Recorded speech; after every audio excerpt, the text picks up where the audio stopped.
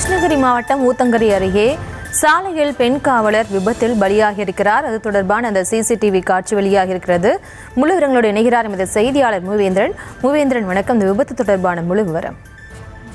நிச்சயமாக கிருஷ்ணகிரி மாவட்டம் மத்தூர் காவல் நிலையத்தில் முதன்மை காவலராக பணி செய்து வந்த ரமாபதி என்பவர் இன்று காலை ஊத்தங்கரையில் சனிக்கிழமை தோறும் நடைபெறும் வாராந்திர கவாத்து பயிற்சி வகுப்புக்கு சென்று மீண்டும் மத்தூர் நோக்கி இருசக்கர வாகனத்தில் வந்து கொண்டிருந்த பொழுது தனியார் பள்ளி எதிரே பெங்களூரிலிருந்து விலை உயர்ந்த இருசக்கர வாகனத்தில் அதிவேகமாக வந்த இளைஞர் பெண் காவலர் அந்த வாகனத்தின் மீது மோதியதில் விபத்து ஏற்பட்டது. இதில் பெண் காவலர் தூக்கி வீசப்பட்ட நிலையில் அருகில் இருந்தவர்கள் அவரை மீண்டும் மத்தூர் அரசு மருத்துவமனையில் சிகிச்சைக்காக அனுமதித்தனர்.